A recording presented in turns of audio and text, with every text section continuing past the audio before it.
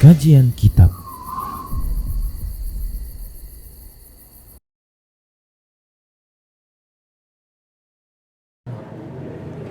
Assalamualaikum warahmatullahi wabarakatuh.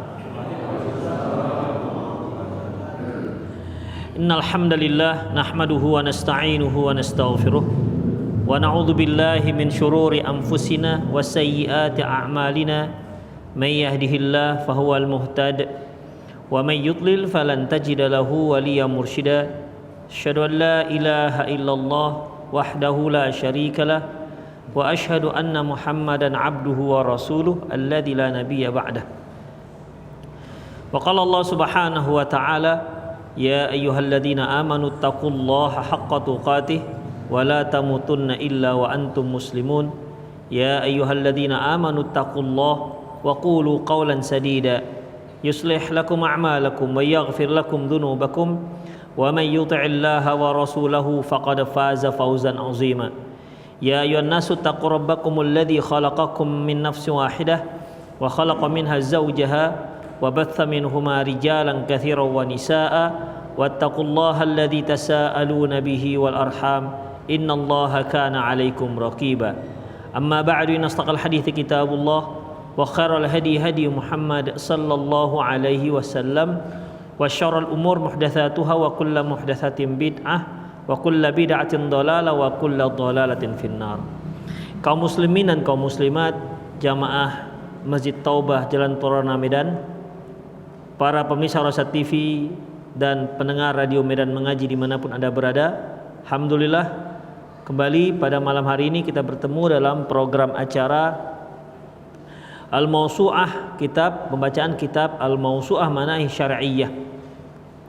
Ikhwah rahimanallahu wa iyyakum, di kajian lalu kita telah masuk pembahasan bab di celanya menyusun saf namun tidak lurus dan di celanya adanya celah di dalam saf. Kita sudah bacakan beberapa hadis seperti hadis Abdullah bin Mas'ud di mana Rasulullah sallallahu alaihi wasallam dalam meluruskan saf beliau sampai memegang pundak-pundak para sahabat untuk meluruskan pundak-pundak tersebut. Kemudian juga dalam hadis Abdullah bin Umar di mana Rasulullah SAW menyebutkan memerintahkan para sahabat supaya meluruskan pundak, kemudian menghilangkan celah. Lantas beliau juga memerintahkan untuk melembutkan tangan, ya, melembutkan tangan dan jangan biarkan ada celah, kata beliau, karena celah tersebut akan dimasuki oleh syaitan.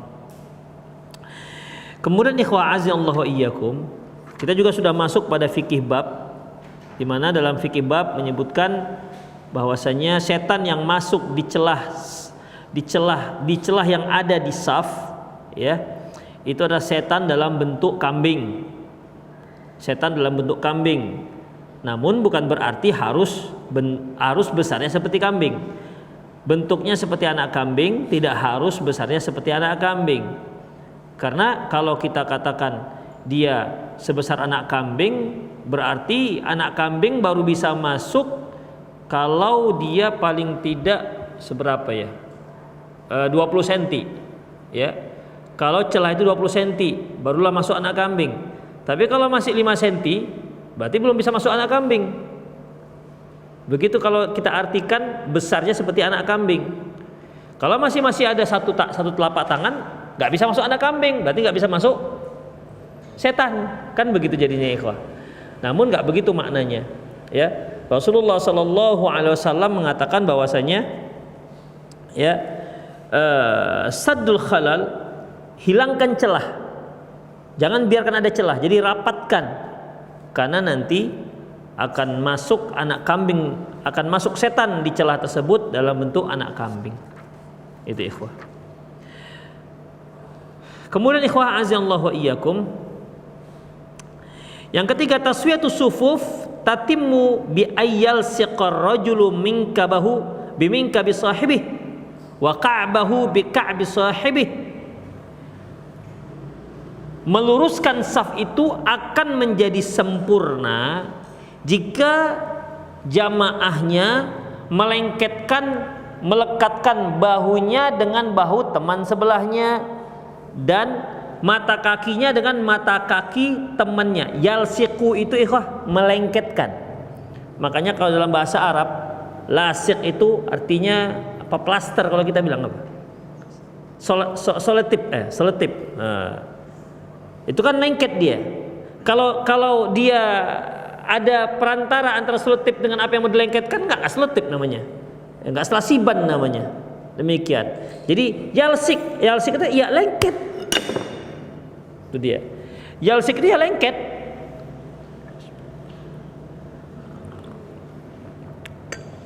Demikian ikhwah.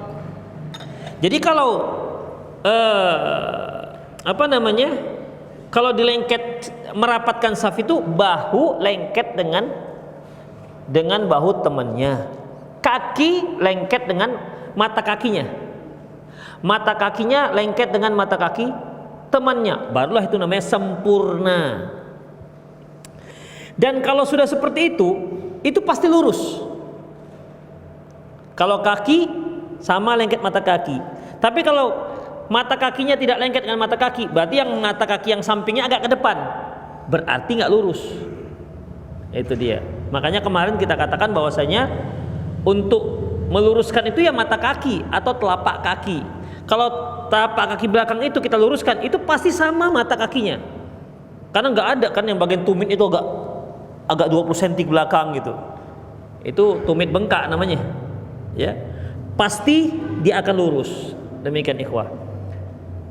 Apa demikian prakteknya? Ya, apakah demikian prakteknya? Iya.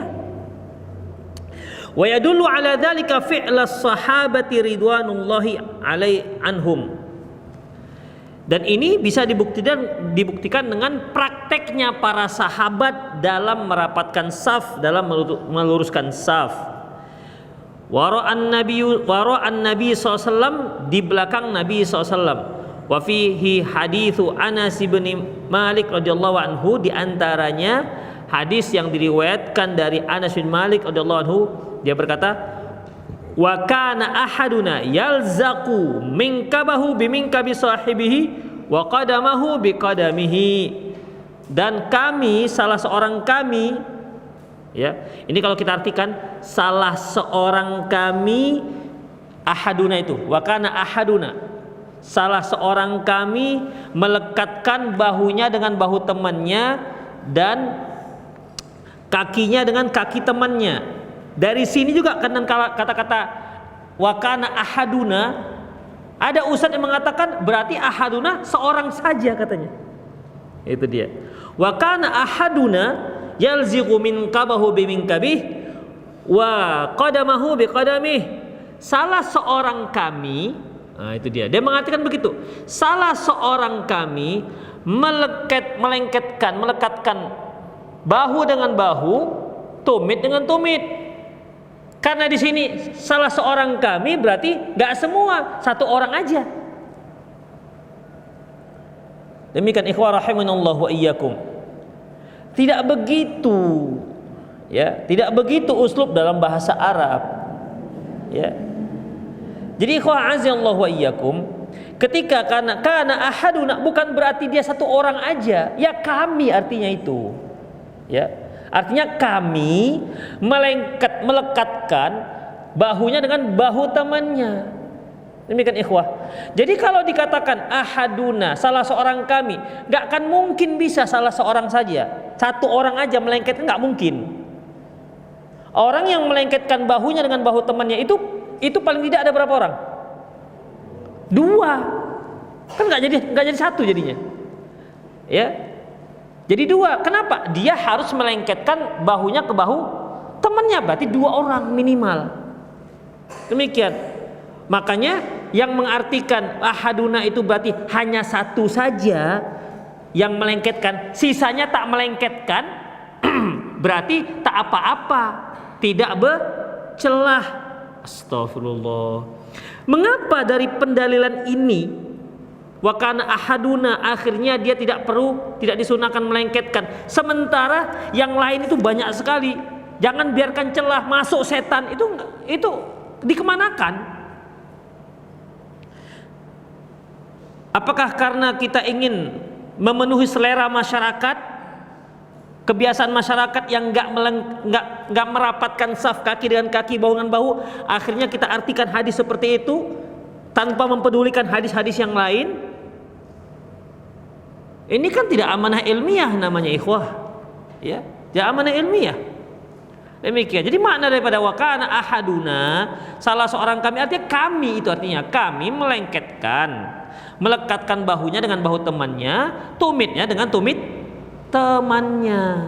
Itu artinya, ikhwah. Ya. Jadi kalau kita review lagi, misalnya kita ulang lagi hadis-hadisnya yang telah kita baca, maknanya ya begitu. Bukan satu orang aja begitu. Sehingga kalau satu orang sahabat, akhirnya Rasulullah berulang-ulang dengan berbagai macam riwayat, ya, dari mulai rapatkan, jangan tinggalkan celah, masuk setan di situ, setan yang berbentuk anak kambing, kemudian melengketkan bahu dengan bahu, tumit dengan tumit. Ini banyak sekali, nggak akan mungkin satu orang ini. Ya, nggak mungkin hanya satu orang saja yang melaksanakannya. Demikian, ikhwah, rahimani Allah wa iyyakum. Makanya apa ya, ikhwah? Dalam pelaksanaan Islam ini nggak bisa kita menyesuaikan dengan apa yang banyak dipraktekkan oleh masyarakat. Kita harus koreksi, ya.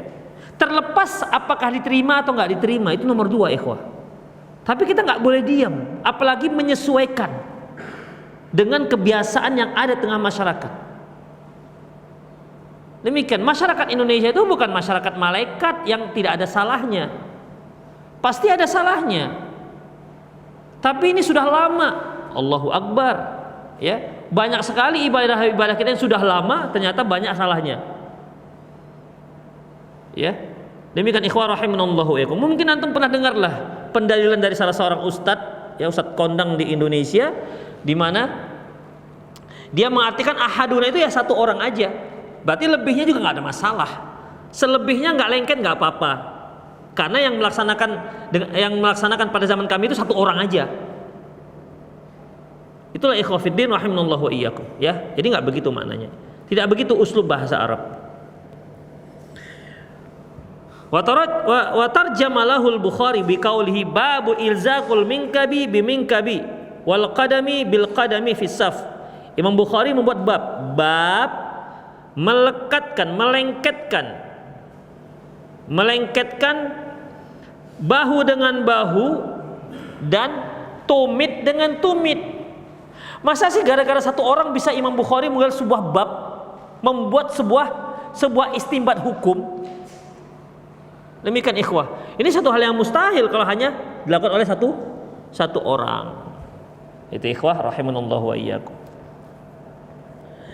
Baik. Bab melekatkan bahu dengan bahu, ini Bukhari, ya, dibuat bab. Sebelum beliau mencantumkan hadis-hadis tentang merapatkan saf, kemudian meluruskan saf, beliau buat bab al-ilzaqul minkabi bil minkab wal qadam bil qadam fis saf. Melekatkan bahu dengan bahu, tumit dengan tumit, fis saf, di saf. Demikian, ikhwah, di saf. Ya, jadi ini masalah yang serius, kita harus rubah. Dan kita pun yang sering melekatkan kaki dengan kaki, seringnya bahu tak lengket, ya kan? Seringnya bahunya nggak kena.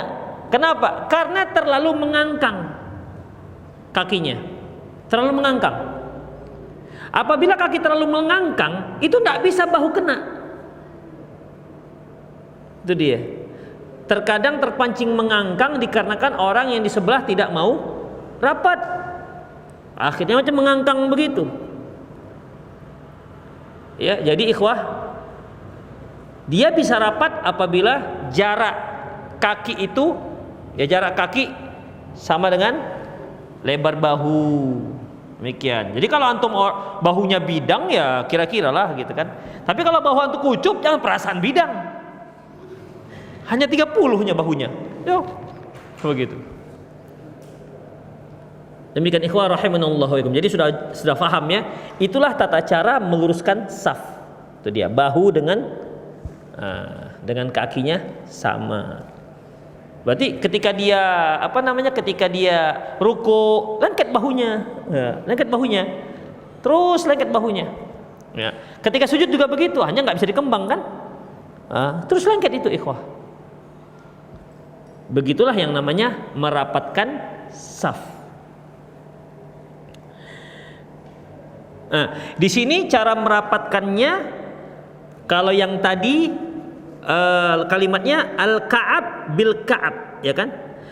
Mata kaki dengan mata kaki. Kemudian di sini al-qadam bil qadam. Tumit dengan tumit.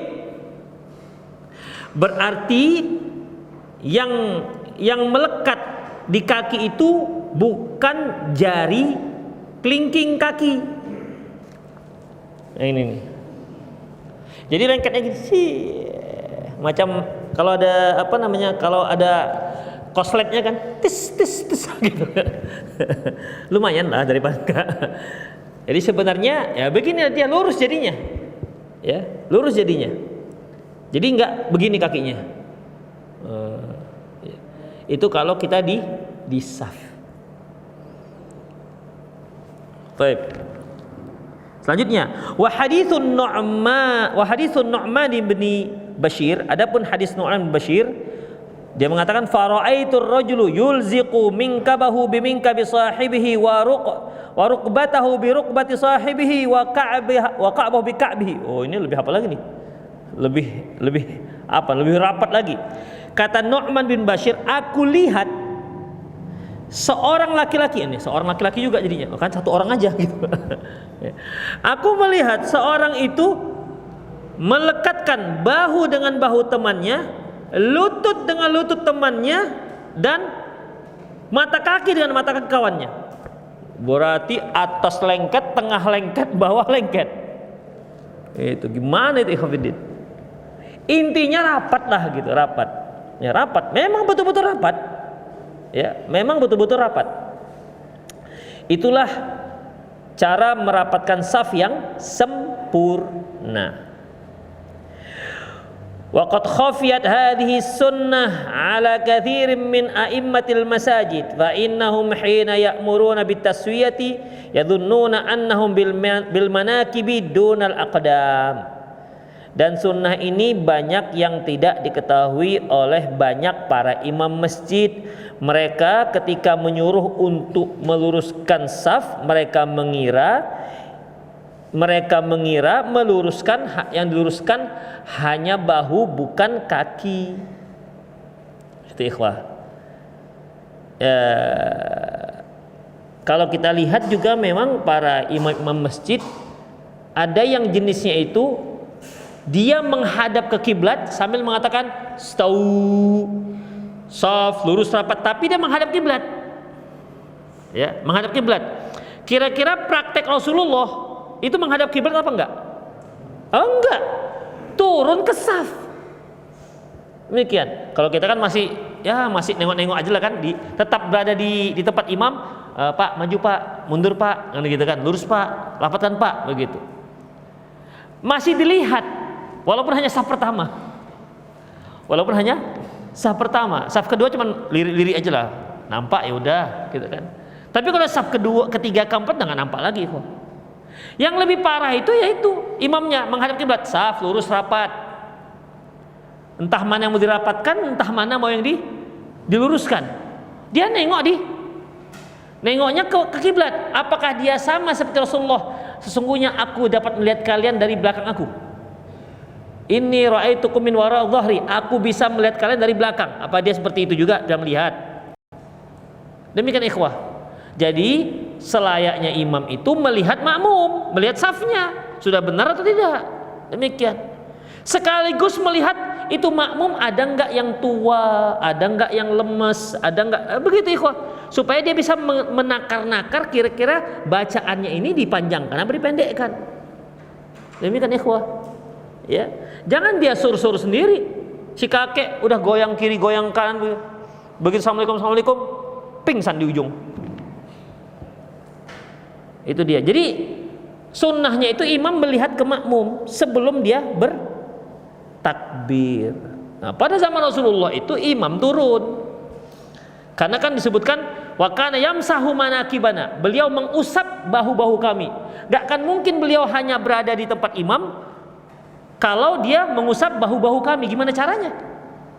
Apa tangannya panjang gitu? Kan enggak. Pasti dia turun ke saf. Begitulah ikhwah rahimanallahu wa iyyakum. Ya. Nah, ini ada yang penulis agak di sini ada ketat dia. Wa qad dhaharat bid'atun munkaratun fi katsiril minal masajid wa hiya wadul khuyut li tasyitus sufuf. Oh, ini penulis keras di sini dia. Sekarang ini sudah muncul bid'ah mungkar banyak di masjid-masjid, yaitu dengan meletakkan garis-garis untuk meluruskan saf nih seperti ini.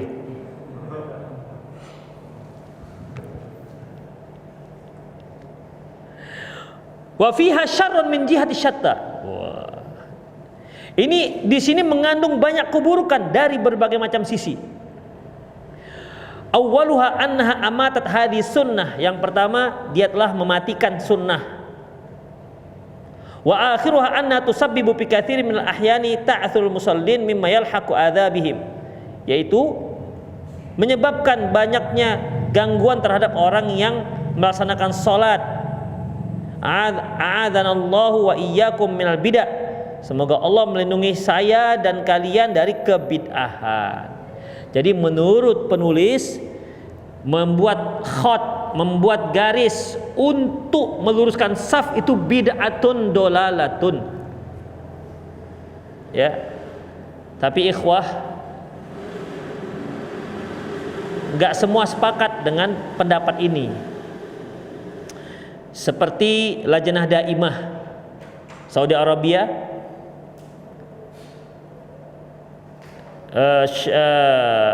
Syekh bin Baz ketika ditanya, Lajnah Daimah ketika ditanya apakah membuat garis untuk memudahkan meluruskan saf itu termasuk bid'ah, beliau menjawab boleh dan bukan bid'ah.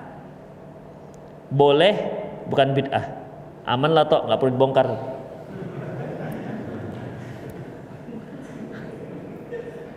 Boleh dan tidak bid'ah. Syekh Muhammad bin Shalih Al-Utsaimin mengatakan, yang dikatakan bid'ah itu adalah satu ibadah yang tidak ada dasarnya.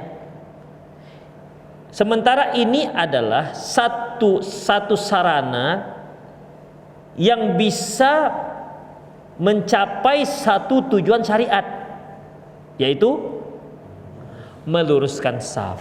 Demikian. Makanya Syekh Muhammad bin Shalih Al-Utsaimin, Syekh bin Baz, ya, mereka mengatakan bahwasanya tidak bid'ah, boleh tapi tidak bid'ah. Demikian ikhwah rahimanallahu wa iyyakum. Jadi enggak sampai bid'atun mungkaratun, ya. Enggak sampai bid'ah yang mungkar. Allahu a'lam bissawab. Saya juga cenderung pada pendapat Lajnah Daimah. Karena ini untuk mendapatkan, untuk mencapai satu kelurusan saf, ya, supaya makmum lebih mudah untuk meluruskan saf. Allahu a'lam bissawab.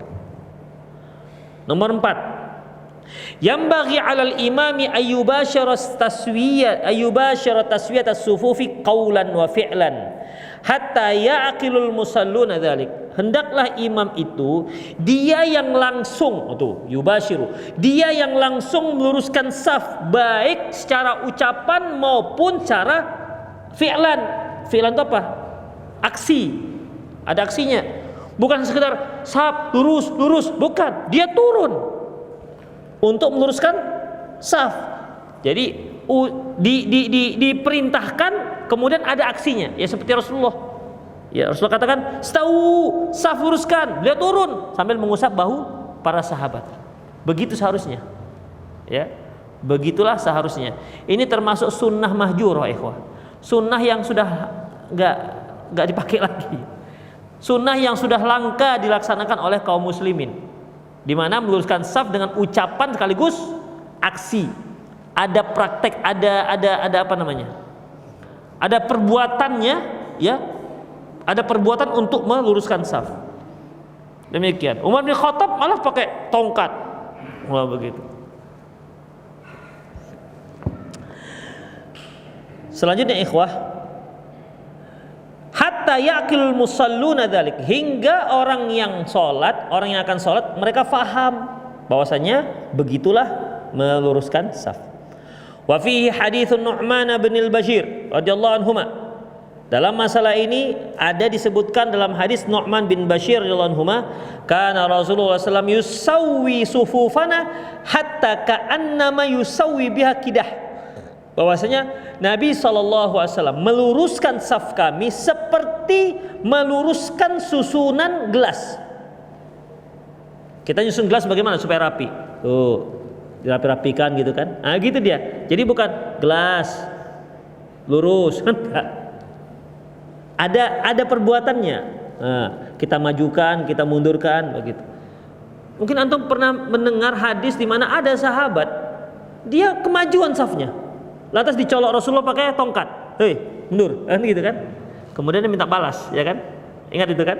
Itu karena saf, ya, karena saf. Rasulullah nggak katakan ente mundur sikit, enggak, mundur. Nah, itu artinya ada aksinya, ya, ada perbuatannya dalam meluruskan saf. Hatta ro'a anna qad aqilna anhu, sampai beliau melihat kami itu sudah faham bahwasanya safnya sudah lurus. Summa kharaja yauman faqama hatta kada yukabbir. Kemudian suatu hari beliau keluar dari rumah beliau dan hampir beliau mau takbir. Fara'a rajulan badiya sadrahu fi saf. Beliau lihat kok ini satu orang ada yang agak dadanya agak ke depan. Bukan karena dadanya besar enggak, ya. Kemajuan berdirinya. Jadi mau sholat nih. Ente kok ke depan gitu. Sampai seperti itu ikhwah, ya.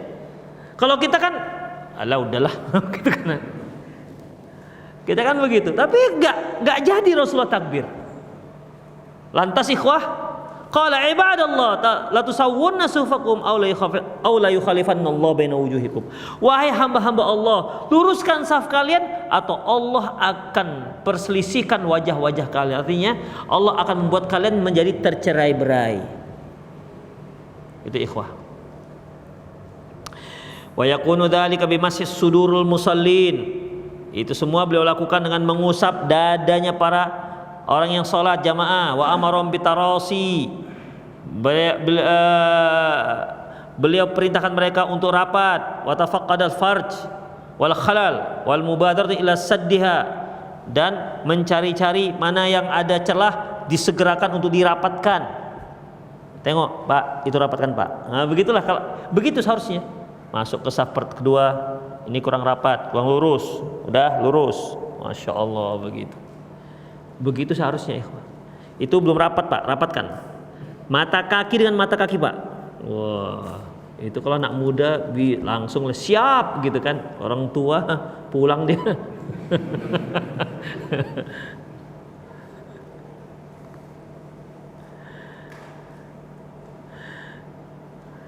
Kemudian ikhwah, perhatikan lagi. Al-khamis, yang kelima, yang bagi alal musallin idza umiru bitaswiyati sufuf ayulinu bi aidi ikhwanihim. Hendaklah orang yang sholat, jika imam memerintahkan mereka untuk meluruskan saf, hendaklah dia melembutkan tangannya dengan tangan temannya. Ya, seperti yang kemarin, Allahu Akbar, lembutkan, jangan Allahu Akbar. Oh, yang sebelahnya, ih, kreak kawan ini, gak begeming, gitu kan? Demikian, gak enak terasanya, ya. Saya yakin antum pernah merasa, saya pernah merasa.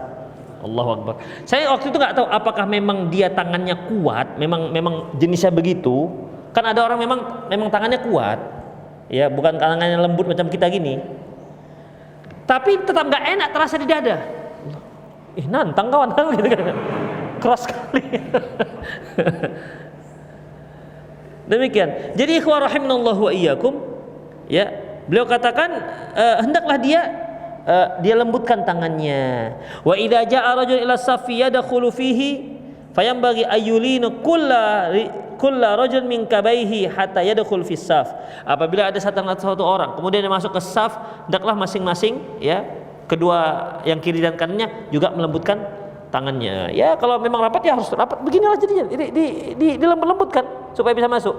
Tapi kalau ditegang-tegangkan begini nggak bisa rapat jadinya. Kemudian wa fihi, masalah ini haditsu Ibnu Abbasin radhiyallahu anhuma, ada disebutkan dalam hadis yang diriwayatkan oleh Ibnu Abbas radhiyallahu anhuma, qala, dia berkata, qala Rasulullah sallallahu alaihi wasallam, Rasulullah sallallahu alaihi wasallam bersabda, khiyarukum alyanukum manakib fis salat. Orang yang terbaik di antara kalian adalah orang yang paling lembut, yang paling lembut pundaknya ketika dia salat. Ya, dilembut-lembutkanlah, Allahu Akbar, lembutkanlah begitu. Wa qad istadalla Ibnu Qudamah fil Mughni. Imam Ibnu Qudamah dalam kitab Mughni berdalilkan dengan ucapan Nabi SAW, walinu bi aidi ikhwanikum, hendaklah kalian lembutkan tangan kalian dengan tangan teman-teman kalian, ala jawazi jadbi minas saf. Ya, ketika Rasulullah katakan lembutkan tangan kalian, lembutkan tangan kalian dengan tangan teman kalian. Ibnu Qudamah mengatakan ini menunjukkan dibolehkannya mengeluarkan seseorang dari saf. Ini biasanya kalau yang di belakang, ya, satu orang. Jadi ketika dia ditarik oleh kawannya, kan biasanya pundaknya tarik, udah. Kalau dia kuatkan, berarti kan nggak mau. Karena dia lembekkan, dia lembutkan, berarti dia, itu hadis ini menunjukkan berarti dia mengikuti apa yang diinginkan oleh kawannya yang menarik dia ke belakang. Karena itu termasuk dalam arti lembutkan bahumu dengan temanmu, itu kata Ibnu Qudamah. Jadi ketika ditarik, ya dah lembut, gitu kira-kira. Gitu. Ngerti maksudnya? Ya. Rasulullah kan katakan, lembutkan bahu kalian. Berarti kalau ada temannya yang di belakang sendirian, saf sudah penuh, temannya ada di belakang sendirian, dia tarik ke belakang, kalau dia nggak mau, berarti kan nggak lembut. Kalau dia lembut kan berarti begitu kan, akhirnya ke belakang. Demikian. Itu pendalilan Ibnu Qudamah dalam kitab Mughni. Faqala, dikatakan, yuridu dzalika idza jazabaka wahidun litasuffa ma'ahu fala tamna min dzalik. Maksudnya adalah, kata Ibnu Qudamah, maksudnya apabila ada seorang yang menarik kamu ke belakang untuk bersama dengan dia di saf, maka jangan kamu enggan. Ikutilah, begitu, ikutilah. Penulis mengatakan, qultu wa fihi nadhar min wujuh. Hanya saja ini pendapat perlu dikoreksi dari berbagai sisi. Satu, alif, annal jadzba min saffi yuaddi ila qat'is saf. Bahwasanya menarik satu orang dari saf yang sudah penuh berarti telah memutus saf. Wong satu orang nggak ada. Sementara cara dalam menyusun saf, tidak boleh kita buat saf kedua sampai saf pertama penuh. Sebagaimana yang pertama, al-awwal fal awwal, ya kan, kita sebutkan bahwasanya yang pertama dan yang pertama penuh, baru yang kedua penuh, baru yang ketiga. Nggak boleh pertama penuh, udah ada yang saf kedua belum penuh, sudah ada saf ketiga, nggak dibolehkan. Demikian. Tidak boleh ada saf kedua sebelum saf pertama penuh, dan tidak boleh ada saf ketiga sebelum saf kedua penuh. Taib. Sekarang sudah penuh, dia datang sendirian, dia tarik satu orang ke belakang, berarti saf yang di depan dia apa? Belum penuh. Sementara nggak boleh kan menyusun saf di belakang kalau saf di depannya belum penuh. Taib. Min qata'i saf wa man qata'a saf safan qata'ahu Allah. Padahal Allah mengatakan barang siapa yang memutus saf, Allah akan putus hubungan dengan dia. Yang memutuskan ini siapa? Yang di belakang, yang ditarik, yang menariknya. Anna Abu Daud fassarahu, bahwasanya Abu Daud mentafsirkan faqala fi sunanihi, beliau mengatakan dalam kitab sunannya, wa makna linu bi aidi ikhwanikum, lembutkan lenganmu dengan lengan temanmu, idza jaa rajul ila safi, apabila datang seorang masuk ke saf, fadhahaba yadkhulu fihi, ya, apabila seorang datang ke saf dan dia masuk ke dalam saf, fayambaghi ayulina lahu kulla rajulin min kibaihi hatta yadkhulu fi saf, hendaklah masing-masing orang itu yang ada di kiri dan di kanannya melembutkan tangannya supaya dia bisa masuk ke dalam saf. Tapi kalau yang kiri masih ada nih celah segini nih, masih ada celah. Yang satu, yang sebelah kiri, dia mau masuk nggak bisa, nggak masuk apanya, nggak cukup bahunya. Tapi kalau dia lembutkan bisa masuk dia ke dalam saf. Begitu ikhwan. Ya, kadang-kadang orang risih kan gitu kan. Ya. Kan kita masih mau kan, ini masih bisa kita masukkan, begitu mikirnya. Mereka yang ingin melaksanakan sunnah ini, kalaupun masih segini, masih mau dia masuk, begitu kan. Nanti kira-kira kalau dia sudah bangkit dari ruku, biasanya otomatis lebar sendiri, kan begitu kan. Awal-awalnya aja sempit. Demikian ikhwah. Tapi kalau orang nggak terbiasa, tengok, nggak mau dia belakang, nggak terbiasa dia dengan yang namanya merapatkan saf. Kemudian wa tafsiru rawi aula min tafsiri ghairihi, tafsir si perawi itu lebih diutamakan ketimbang tafsir yang lain, li'annahu adra bi riwayatihi, karena dia itu lebih mengetahui tentang riwayatnya. Demikian ikhwan rahimanallahu wa iyyakum. Idza dakhala rajulu idza walam yajid furjatan fis saffi, apabila seorang datang dan dia tidak melihat ada celah yang ada celah untuk masuk ke dalam saf, fi safin yadkhul fiha fala yajuzu lahu ay yajzaba rajulan akhiru minas saf, maka dia tidak boleh menarik seorang dari saf depan, saf yang di depannya, di saf terakhir lah berarti. Dia nggak boleh menarik satu orang di saf yang terakhir untuk mundur ke saf dia. Li'anna yufdi ila ijadil furjatan fis saf, karena itu akan membuat celah besar dalam saf. Wal masyru'u saddul khalal wa tarasi, sementara disyariatkan itu menghilangkan celah, menutup celah dan lurus. Wa ma warada fi jawazil jadbi minas saf la yasih, adapun hadis-hadis yang menyebutkan bolehnya menarik satu orang dari saf untuk ke belakang supaya ada teman yang saf di belakang, itu hadisnya nggak ada yang sahih. Waduna kal bayan, di antaranya ini berikutnya.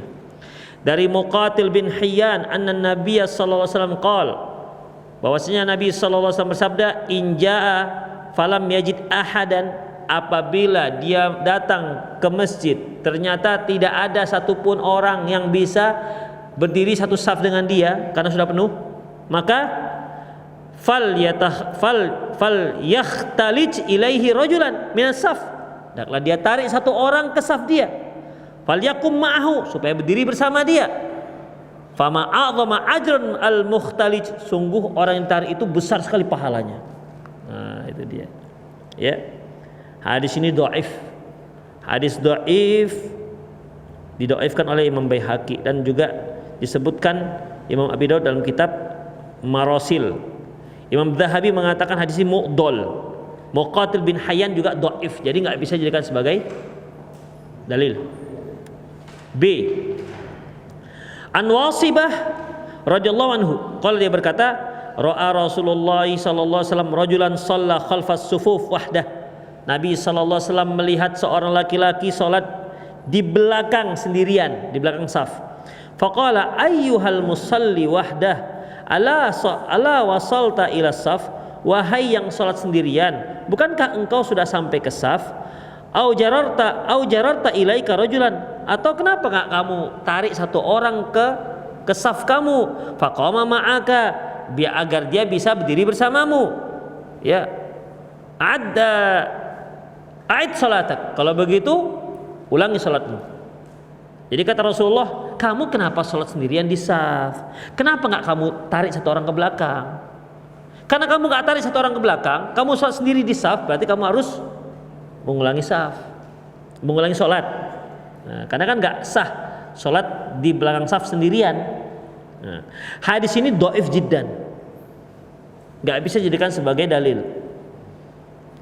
Yang ketiga, An Ibnu Abbas radhiyallahu anhuma, anna Nabi sallallahu alaihi wasallam qala, bahwasanya Nabi sallallahu alaihi wasallam bersabda, "Idzan taha ahadukum ila safin," apabila salah seorang kalian sampai ke saf, wa qad tamma, sementara safnya sudah sempurna, wal yajbadha ilaihi rajulan yuqimuhu ila jambi, hendaklah dia menarik satu orang agar orang tersebut berdiri di sampingnya. Hadis ini hadis diriwayatkan oleh Imam Tabrani, hadisnya maudhu, palsu. Jadi ikhwah rahimanallahu wa iyyakum, tidak ada satupun hadis yang sahih yang mensyariatkan kepada kita kalau kita masuk masjid sementara saf sudah sempurna penuh, hanya kita sendiri di belakang, tidak ada disyariatkan ya untuk menarik satu orang ke belakang. Ya, tidak disyariatkan. Makanya sejak saat ini yang mendengar, para pemirsa di rumah dan pendengar radio Medan Mengaji, ya, jangan lagi menarik satu orang dari depan saf, di saf yang depan kita untuk berdiri di belakang kita, untuk berdiri di samping kita. Karena hadisnya nggak ada yang sahih, ya. Karena hadisnya nggak ada yang sahih. Kalau ternyata dia mau kita tarik ke belakang, berarti man qata'a safan qata Allah. Barang siapa yang memutuskan saf, maka Allah putuskan hubungan dengan dia. Tuh, yang narik lah berarti. Yang narik dan yang mau ditarik. Jadi kalau kita tarik gimana? Ya diam aja. Tarik lagi, biar aja. Begitu. Ya. Ya nanti setelah sholat baru, jangan emosi ya. Oh, usah begitu, jangan emosi. Ya dia ditarik-tarik. Kadang-kadang kan ada juga yang ya mungkin dia yakin kali dengan itu kan. Tariknya begitu belakang gitu. Tariknya begini. Yang mau balik lagi ke belakang. Dalam hati anti abis salam. Maksudnya berarti kasih tahu, bukan mau dibogem kan. Demikian ikhwah rahimanallahu wa iyyakum. Jadi intinya saf itu lurus dan lengket, rapat. Bahu dengan bahu, tumit dengan tumit. Kalau bisa lutut dengan lutut. Jadi dari mulai bahu lengket, pinggul juga lengket berarti kan? Pinggul lengket, betis lengket. Kalau lebih besar betisnya dengan lebih besar betisnya ketimbang lututnya, nggak kena tuh lututnya. Ya. Bawahnya yaitu tumitnya. Itulah yang seharusnya ikhwah. Ya, itulah yang seharusnya dalam menegakkan saf yang sempurna. Kemudian tidak boleh menarik satu orang dari saf yang sudah sempurna agar dia berdiri di samping kita. Berarti bagaimana dengan hadis tidak ada salat orang yang salat sendirian di belakang saf? Hadis itu berlaku apabila saf belum penuh tapi kita salat di belakang sendirian. Ya. Tetapi kalau saf sudah penuh, berarti kita masuk dalam kategori orang yang uzur. Bagaimana lagi? Begitu. Ya kalau mau dia tunggu, tapi sampai kapan dia menunggu? Kalau nggak ada lagi yang datang, dia yang terakhir. Ya kan? Gimana nggak terakhir? Orang sudah qomat dia masih makan, misalnya. Coba santai, tunggulah rakaat ketiga. Biasanya kan orang nunggu ruku, dia nggak lain. Ini agak lain sedikit kebiasaannya, nunggu rakaat ketiga. Demikian. Ya gimana ada orang lagi bersama dia? Ya, yang ikut manhaj terlambat dengan dia. Mungkin ya alhamdulillah saya udah mau aku sholat ke masjid, alhamdulillah, daripada yang nggak sholat ke masjid tuh. Begitu kan? Ya udahlah, ya juga lah. Iyalah Pak kalau begitu. Tapi kan ditingkatkan Pak ya, jangan rakaat ketiga, rakaat kedua gitu. Demikian ikhwah rahimanallahu. Jadi tidak boleh ditarik ke belakang. Itulah ikhwah kesimpulan daripada kajian kita terkait dengan ya dicelanya saf yang tidak lurus dan yang tidak rapat. Demikian ikhwah, aku qouli hadza wa astaghfirullah li wa lakum wa lisal muslimin innahu wal ghafurur rahim. Bagi para pemirsa, bagi para ikhwan yang ada di Masjid At-Taubah yang ingin bertanya langsung silahkan. Juga bagi para pemirsa yang ingin bertanya baik melalui chatting ataupun melalui telepon langsung ke nomor 0895 6113 27778. Ada yang masuk? Silakan. Ada yang masjid? Ya. Ya.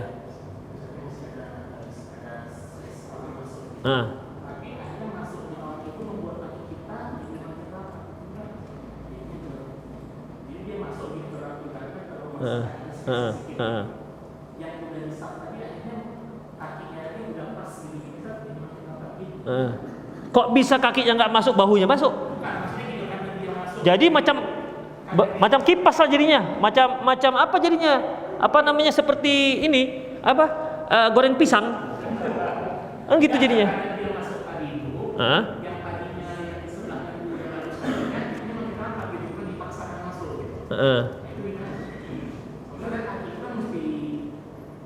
Iya, tapi nggak kan mungkin itu bisa. Karena kalau kan nggak mungkin dia masuk hanya kakinya aja, bahunya nggak masuk. Kecuali kalau susunannya seperti tadi goreng pisang yang gini-gini tuh. Ya kan? Gini, seperti apa? Kipas emak-emak yang kipas ini. Jadi gini lah kawan. Bahu kawan satu di sini, bahu satu lagi di sini. Jadi nggak akan mungkin. Pasti dia kalau dia bisa masuk bahu, otomatis dia bisa masuk kaki.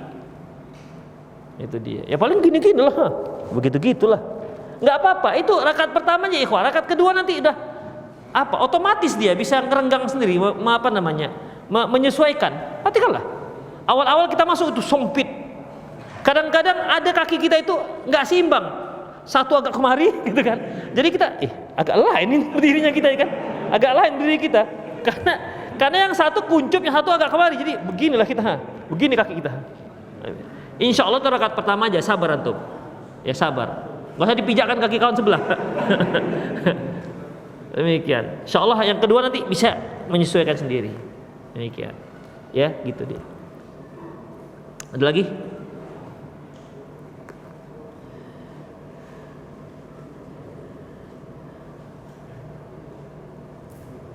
Assalamualaikum Ustadz, gimana maksudnya jualan di atas jualan? Jualan di atas jualan saudaramu. Sebentar. Oke, ini dulu lah ya kita. Halo? Halo? Ya, silakan Pak, coba dimatikan. Bapak coba menjauh dari televisi dulu atau dimatikan suara televisinya. Waalaikumsalam ya Pak, silakan. Ya, silakan Bapak dari Jambi. Ya.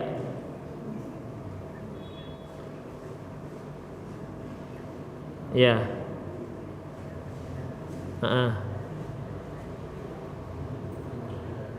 Oke, ya. Udah Pak? Ya. Waalaikumsalam. Jadi Bapak yang dari Jambi ini bertanya, saya sholat di masjid, tapi imam tak pernah nyuruh merapatkan saf, tak pernah menyuruh lurus. Itu bagaimana dengan sholatnya? Ikhwah, sholat makmum sah. Ya, sholat makmum sah. Hanya saja karena saf tidak dirapatkan. Ya, saf tidak dirapatkan dan imam tak bertanggung jawab atas itu, maka itu akan ditanggung oleh imam. Ya. Ketidaksempurnaan itu ditanggung oleh imam karena imam tidak peduli. Atau mungkin karena imam nggak tahu. Tapi saya yakin imam nggak tahu, nggak ngerti masalah saf begini. Atau imam mengerti tapi sungkan dengan jamaahnya. Bisa seperti itu, ikhwah. Ya kita aja kalau jadi imam, ya, untuk nyuruh yang orang-orang tua, Pak Tua, rapatlah Pak Tua. Rasanya aduh kasihan begitu kan. Ada demikian, ikhwah. Jadi namun intinya salatnya sah. Ya. Intinya salatnya sah. Insyaallah. Bagaimana maksudnya jualan di atas jualan, saudara? Ikhwah, al-bai' bainal bai'atain, menjual di atas jual temannya. Begini, ikhwah. Misalnya ini sama seperti al-bai' Najasyi namanya. Misalnya teman kita sedang bertransaksi, ya. Berapa ini HP, Pak? Kata teman kita harganya 6 juta. Udah. Datang temannya. Dengan saya aja, Pak, dengan saya 5 juta. Loh, ini belum selesai ceritanya ini. Ya. Maka nggak boleh kita menjual di atas jualan teman kita. Biarkan dulu selesai mereka. Kalau sudah putus antara mereka, ya, baru kita boleh mengajukan. Tapi kalau mereka masih transaksi, mereka masih jual beli, al-bai' bil khiyar malam yatafarraqa. Jual beli itu masih memiliki hak untuk memilih, artinya hak untuk memilih di situ masih ada nego. Ya, kalau mereka putus ya putus. Ya nggak putus berarti mereka harus sampai selesai. Kalau seandainya sudah selesai, kemudian yang si pembeli bawa barang, si penjual ngantongi uang, sudah terpisah mereka. Kemudian setelah terpisah datang lagi si pembeli, Pak nggak jadilah. Maka si penjual mengatakan kita sudah pisah, Pak. Uang jadi punya saya, barang jadi bapak. Kecuali kalau si penjual udah nggak apa-apa. Tapi kalau dia katakan enggak, selesai udah masalahnya. Demikian. Atau si pembeli besoknya datang lagi, aduh Pak, si penjual mengatakan, Pak nggak jadilah Pak yang barang kemarin saya jual. Nah, ini padahal pisah ini, nggak bisa lagi. Malah metafarroqo. Demikian ya. Jadi ketika masih transaksi jual beli, tidak boleh kita menawarkan barang kita kepada si pembeli. Demikian. Allahu a'lam bishawab. Ada lagi bertanya tuh, Jal? Ini kita bukan masalah jual beli ya, itu masih masalah saf ini. Gimana? Bentar ya, kita dahulukan dulu ya pemirsa. Afwan. Halo? Halo?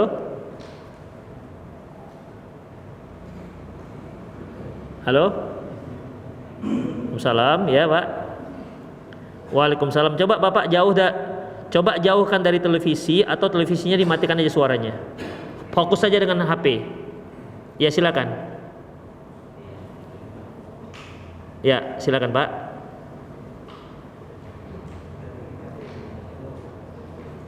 Dah silakan. Salam wabarakatuh. Ya silakan.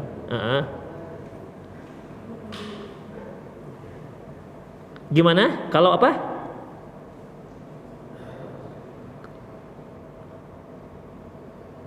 Oh iya, udah Pak, itu aja.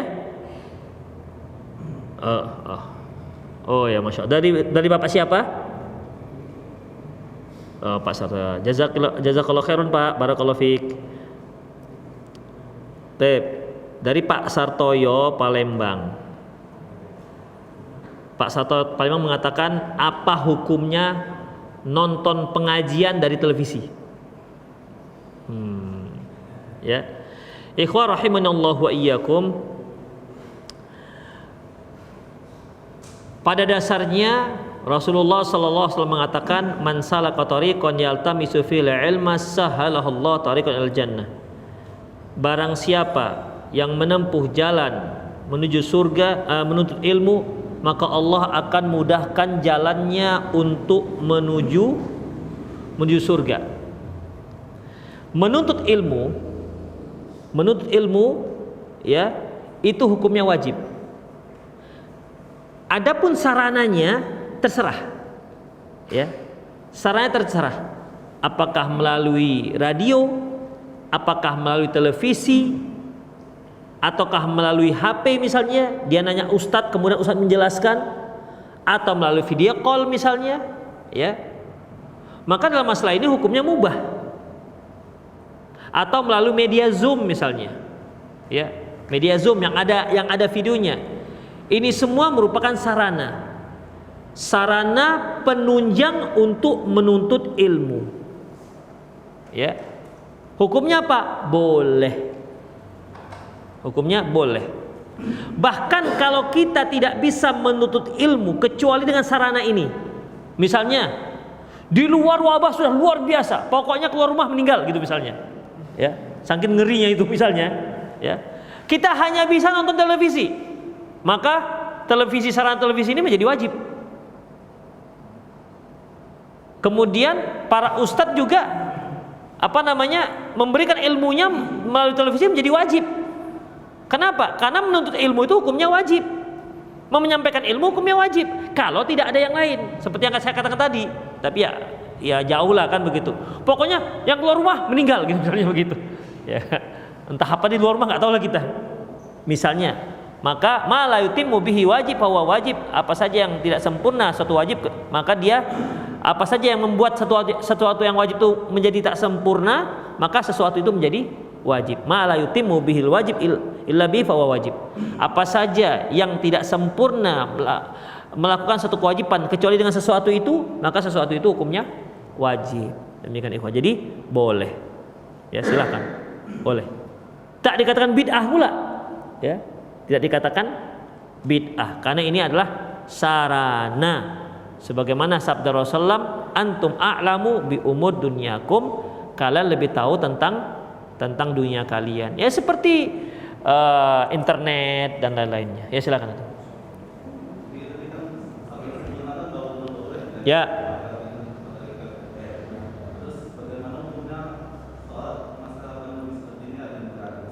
Ya.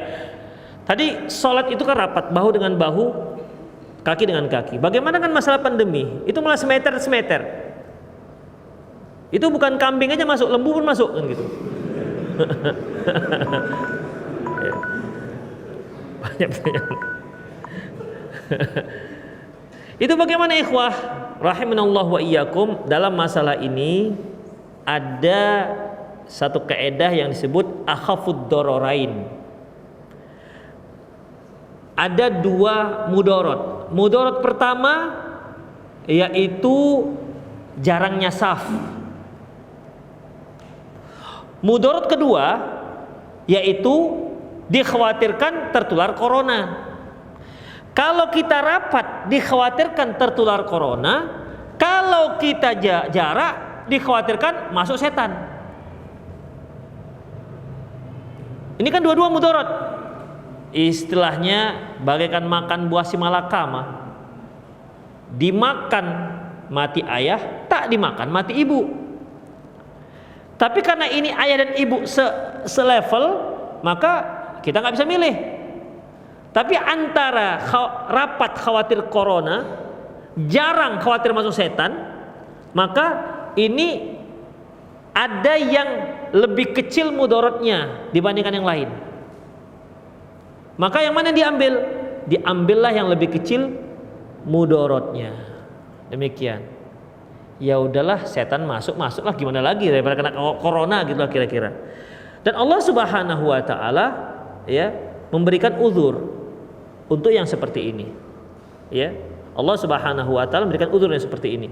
Dan para ulama juga sudah memberikan fatwanya boleh. Ya. Sudah memberikan fatwa boleh dari Saudi Arabia, Yordan, Mesir, membolehkan. Ya. Untuk untuk mengantisipasi wabah. Untuk mengantisipasi yang namanya wabah. Karena Rasulullah katakan firra minal majdzum firaraka minal asad. Larilah kamu dari penyakit menular sebagaimana kamu lari dari melihat harimau. Demikian. Itu bagi yang masih mau ke masjid. Bagi yang memang khawatir sekali nggak ke masjid, ya sudah, lain lagi ceritanya. Berarti dia dapat uzur, dia karena khawatir kalau ke masjid bawaannya macam corona di sekeliling itu misalnya begitu kan. Takut sekali misalnya, ya sudah, daripada dia was-was akhirnya Al-Fatihah nggak ingat misalnya begitu, saking was-wasnya. Ya sudah di rumah misalnya begitu. Saking khawatir sekali. Demikian. Tapi janganlah kita khawatir itu pas di masjid aja. Melihat masjid corona aja masjid ini semua. Tapi kalau di kafe santai dia. Di restoran makan mie pangsit santai dia dengan kawannya. Setengah-setengah meternya orang itu. Gak ada corona. Di masjid sudah jarang pun corona aja. Nah, ini kan berarti gak fair namanya, ikhwah. Ya. Makanya dalam masalah ini kita harus harus betul-betul fair tentang masalah ini. Ya, itu kembali kepada kita masing-masing, ya, tentang kekhawatirannya. Allahu a'lam bishawab. Saya baca dulu dari ini ya, dari chatting banyak yang masuk.